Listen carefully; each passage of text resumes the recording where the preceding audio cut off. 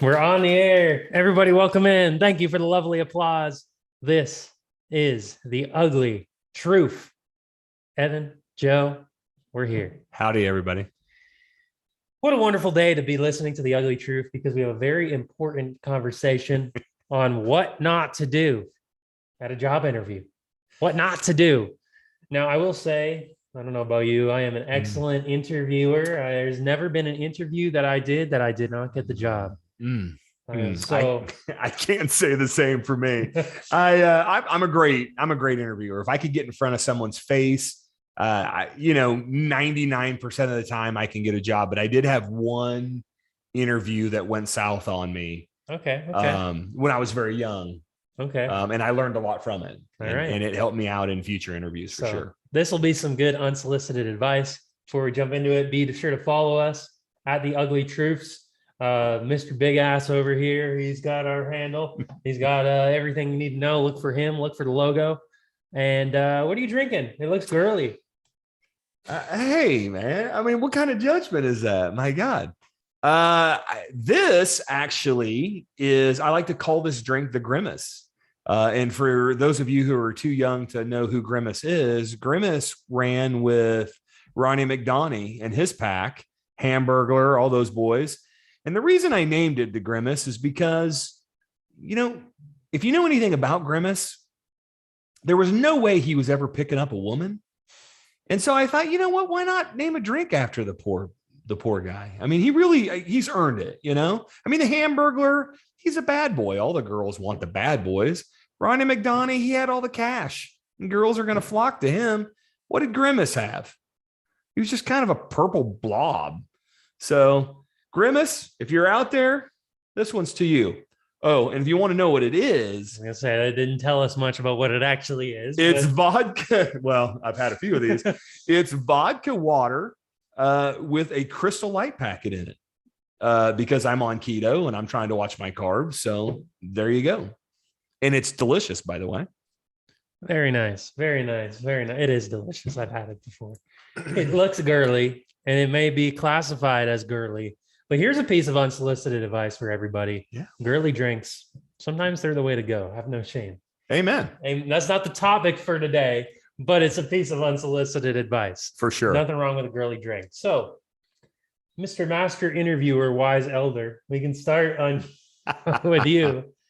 What do you think about what not to do at a job interview? What do you think it is that gets people from the start, deal breaker in an interview?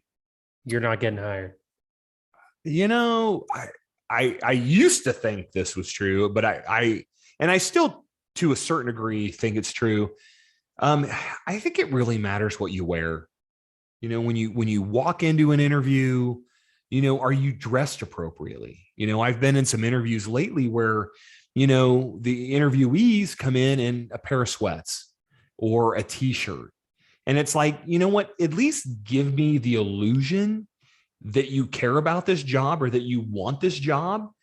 And I understand that not everybody can afford, a three-piece suit. But you know what? There's Goodwill out there. There's American Red Cross. I mean, go somewhere and get a pair of khakis, at least, or even jeans for that matter. Give me the illusion that you're trying.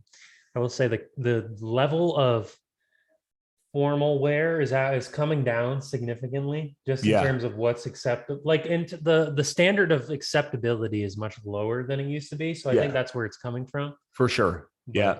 I would agree. And when I had mentioned earlier, Evan, about the interview that I had that did not go well. Like they literally told me when it was done, I had no shot at the job.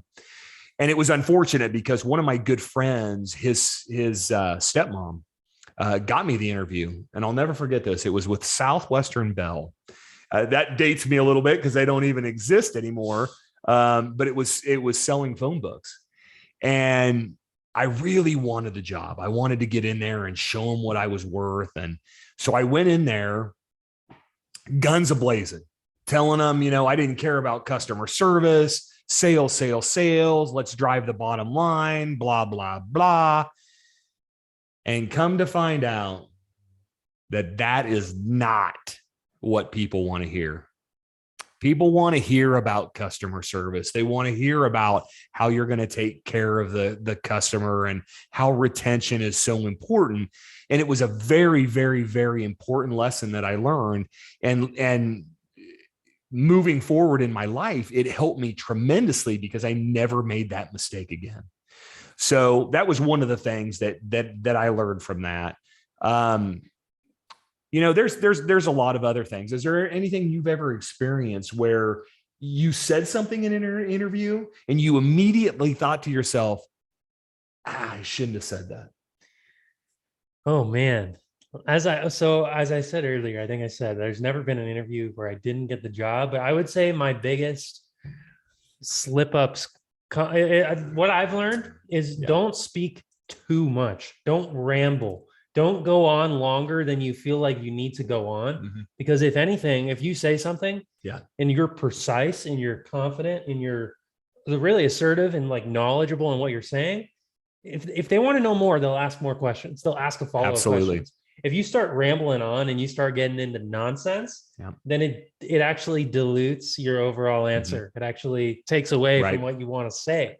So if anything, don't feel like you need to, read an audiobook in each of your answers where you're given chapters and of speeches, if you will.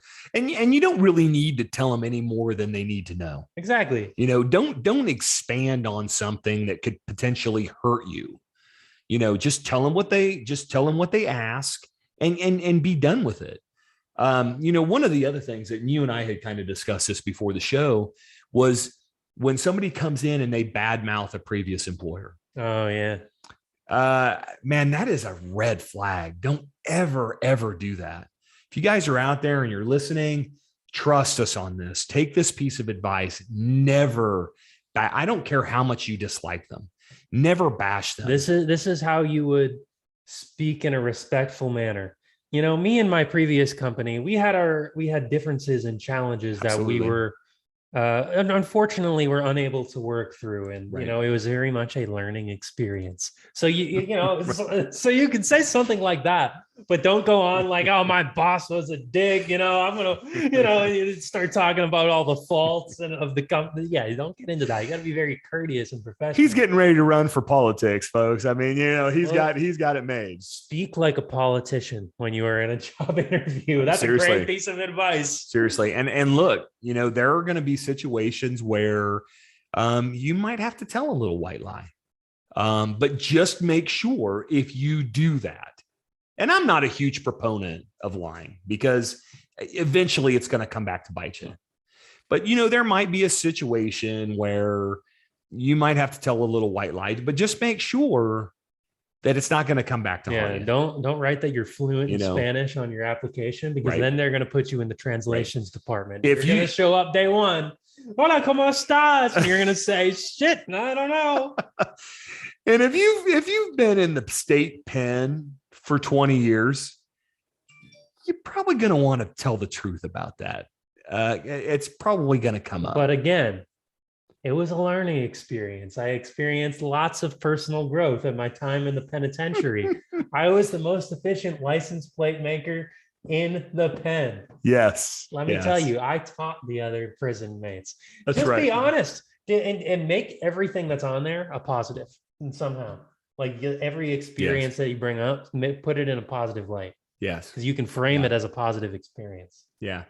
And one of the other things that we kind of touched on, you and I, earlier is eye contact. Guys, make eye contact. Look at them. Don't look down. Don't look away. Especially if you're going to be in a business where you have to deal with people. They want you to confidently look at somebody in the eye.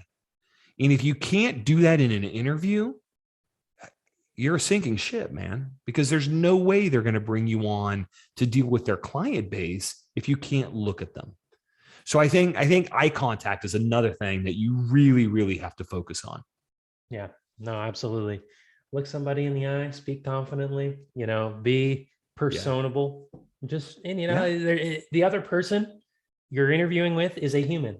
Like, it's not, they're another person too. So they're going to understand if there's some nerves or whatnot, normal human emotions. Yeah. Just treat them like I don't know, your friend. No, well, not maybe not your friend. Maybe that's the right piece of advice, but treat them like another human. Yeah, Recognize that it's, you're having a conversation with somebody. I always kind of looked at it like, you know what? They're not my boss. Yeah. They might be someday, but to me, they're just another person. Yeah. Right. So go in, have a conversation like you would with anybody else. And I know for the younger generation right now, that's harder because we do use our phones a lot to communicate. And unfortunately, we've lost the ability or some ability to communicate face to face. And that's unfortunate. So that if you're not comfortable doing that, you practice with a friend, practice with a family member before you go in, and because practice will get you there. I mean, it's just a matter of time.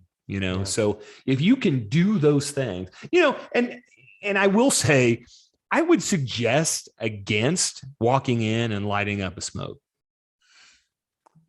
popping open a Budweiser. Unless you're interviewing at a cigar shop or maybe a cannabis dispensary. I don't know. Well, even there, I don't think you can just start smoking some joints. Probably not. My guess is that they don't want you to smoke don't get high on your own supply, as they say. But yeah, I mean, you know what? Just go in and be confident. Exactly. Have faith in yourself. Go in, say the bare minimum. And I would say do more listening than talking. Yes. Listening will always get you where you need to be. And tell them what they need to hear and move on about your day. And guys, that, my friends, is the ugly truth. How about hitting on the boss or the interviewer? Yes. This, my friends, is a very bad idea. I don't care how good looking they are. Because in the end, she's probably going to be the owner's daughter. That's just your luck. If you go to hit on them, it just isn't going to turn out well. Right? This is a job interview, not a blind date. And of course, I did pick up my wife where we both work. So that was kind of cool. But she was not my boss. Let's be real clear about that. In an interview. This is an interview setting. That's absolutely true. And she had a great rack. It's amazing. Anyway, folks, hold your head up, make eye contact, wear the right things, listen, and you guys will be just fine. Cheers to that one.